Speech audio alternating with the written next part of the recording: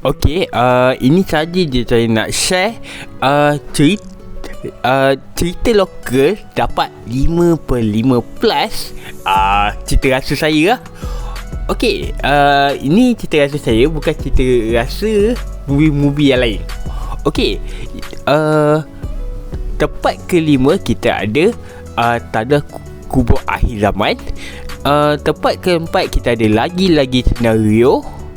Dan tempat ketiga kita ada Sepi. Tempat kedua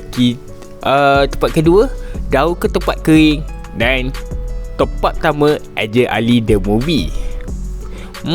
Itu antara cerita ranting 5/5 plus. Pendapat saya mungkin harap satu hari nanti cerita time movie pun masuk lah Power Gum. Kalau jalan cerita tu bagus, masuk je Power Gum.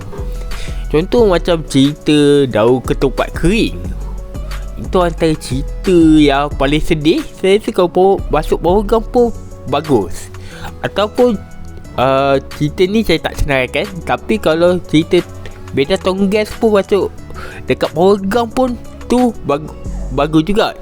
Kita boleh ketawa bersama-sama. Artinya itu cadangan saya. Kalau cerita tali movie tu bagus, masuk je lah Power Gum. Baiklah, sampai sini saja. Itu apa perkongsian cerita 5/5 plus ikut cerita rasa saya. Baik, sampai sini saja. Saya Adwahi, jumpa lagi video akan datang. Okay, bye.